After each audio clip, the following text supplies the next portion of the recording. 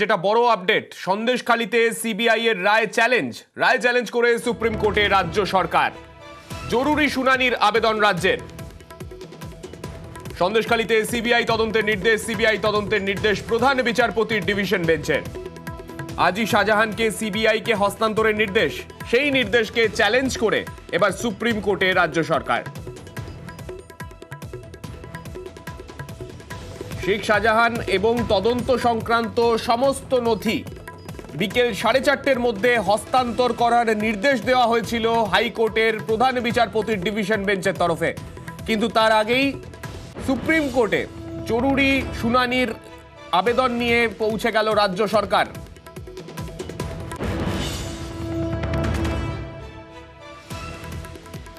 আমাদের সঙ্গে রয়েছেন আমাদের প্রতিনিধি অর্ণব।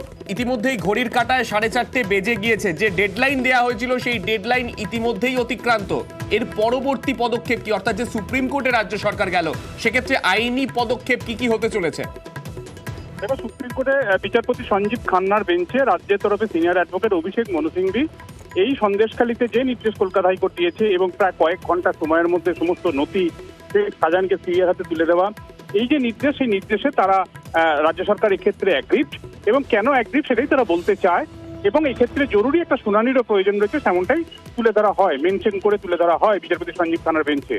রাজ্যের তরফে যে আইনজীবীরা ছিলেন তাদেরকে সুপ্রিম কোর্ট পরামর্শ দিল যে সুপ্রিম কোর্টে যে রেজিস্ট্রি রয়েছে সেখানে এই আবেদন তারা রাখুক, অর্থাৎ রেজিস্ট্রির কাছে আবেদনটা তারা নিয়ে যাক। কারণ আমরা জানি রেজিস্ট্রি প্রথম আবেদন খুঁটিয়ে দেখে, এবং সেই খুঁটিয়ে দেখার পর তার মধ্যে যদি মামলার বা বিচার করার মতো কোনো ইনগ্রেডিয়েন্ট থাকে, কোনো উপাদান থাকে, তাহলে সেটা মামলার জন্য আসে, এবং সেই কাজটাই এই মুহূর্তে সুপ্রিম কোর্টে হচ্ছে। সম্ভবত সুপ্রিম কোর্টে যেহেতু রাজ্য সরকার মুভ করেছে, তাই হয়তো এখনো পর্যন্ত কলকাতা হাইকোর্টের প্রধান বিচারপতি ডিভিশন বেঞ্চের নির্দেশ মতো সিবিআই এর হাতে নথি হস্তান্তর বা শেখ শাহজাহানকে সিবিআই এর হাতে তুলে দেওয়া নিয়ে এখনো পর্যন্ত সেরকম কোনো উল্লেখযোগ্য গতি আমরা দেখতে পাচ্ছি না।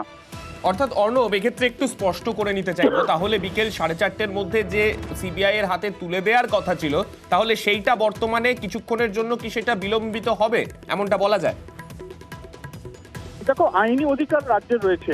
রাজ্য কেন, যে কোনো পক্ষই তারা যদি কলকাতা হাইকোর্টের ডিভিশন বেঞ্চে তারা যদি অখুশি হন, তারা রায়ে সন্তুষ্ট না হন, তারা এর শীর্ষ আদালত সুপ্রিম কোর্টে যেতে পারে। রাজ্য সেই আইনি একটা পথেরই অবলম্বন করেছে, এবং যেহেতু সুপ্রিম কোর্টে বিচারপতি সঞ্জীব খান্নার বেঞ্চ রাজ্যের আবেদনের প্রেক্ষিতে রাজ্যকে আবেদন করার পরামর্শ দিয়েছে রেজিস্ট্রির কাছে, তাই তারা আশায় রয়েছে আজকে হয়তো জরুরি শুনানি হয়, কিছু একটা হবে, তাই রাজ্যের তরফে উদ্যোগ নেওয়া হয়েছে। যেহেতু প্রধান বিচারপতি ডিভিশন বেঞ্চের নির্দেশ এখনো পর্যন্ত ইতিমধ্যে নির্দেশের কপি সামনে চলে এসছে, এবং নির্দেশে সেখানে লেখা রয়েছে পরিষ্কার যে 4:30টার মধ্যে দিতে হবে, সুপ্রিম কোর্টে রাজ্য যেহেতু গিয়েছে তাই হয়তো এই সময়টা নিয়ে কিছুটা টানাপোড়েন হচ্ছে। কিছুক্ষণের মধ্যে সুপ্রিম কোর্টে এই বিষয়টি যদি সুসম্পত্তি হয়ে যায়, অর্থাৎ বিষয়টি সম্পন্ন হয়ে যায়, মামলা শুনানির জন্য চলে আসে, তাহলে হয়তো বিষয়টা কিছুক্ষণের মধ্যে স্পষ্ট হয়ে যাবে। রাজ্য যদি সুপ্রিম কোর্টে গেছে তাই হস্তান্তরের পুরো প্রক্রিয়াটা বিলম্বিত হচ্ছে, এমনটাই আইনজীবী মহলের মত। বেশ, আর এই বিষয় নিয়ে, অর্থাৎ হাইকোর্টে প্রধান বিচারপতির ডিভিশন বেঞ্চের তরফে যে নির্দেশ দেওয়া হয়েছে তা নিয়ে কিন্তু ইতিমধ্যেই রাজনৈতিক তরজা শুরু হয়ে গিয়েছে।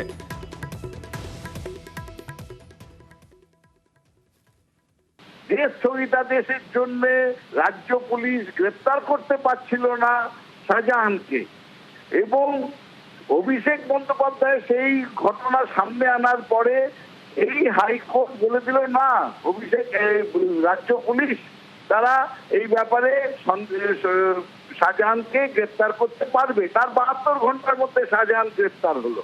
ইডিও চুপ করেছিল, সিবিআইও চুপ করেছিল। এখন বলছেন যে সিবিআই তদন্ত করবে। আমরা সামনের মাস, তারপরের মাস, কি সামনের বছর আবার একবার আপনারা এই নিয়ে আলোচনা করব আমরা, কারণ সিবিআই এর কাছে কেস যাওয়া মানে তারপরে গভীর চলে গেল, কবে কি হবে কেউ জানে না। একটু অপেক্ষা করুন না, বছরখানেক দেখুন তৃণমূল দলটা কোন জলে চলে যায়। যে শাহজাহানকে গ্রেপ্তারকে কেন্দ্র করে শাসক দলের পক্ষ থেকে আদালতের অবমাননা করা হয়, আদালতের অবস্থানের একটা তীর্যক শব্দ ব্যবহার করা হয়, বিভিন্ন সময় ব্যঙ্গ করা হয়, এবং শাহজাহানের গ্রেপ্তার না হওয়ার কারণ হিসেবে আদালতকে দায়ী করা হয়, এবং পুলিশ যেখানে আহত, আক্রান্ত, রক্তাক্ত ইডি অফিসারদেরই ঘটনায় দায়ী করে ফেলে তাদের জবানবন্দি নিতে পৌঁছে যায় যেন অপরাধ তারা করেছে, তারা শাহজাহানকে আক্রমণ করেছে। তো সেই পুলিশের হাতে শাহজাহানের তদন্ত হবে, এটা মনে বেশ। করার কোনো কারণ আছে? একটু দেরি হলেও সত্য প্রকাশিত হবে। সত্য প্রতারিত হতে পারে কিন্তু পরাজিত হয় না। আর শঙ্কর আঢ্যর বিরুদ্ধে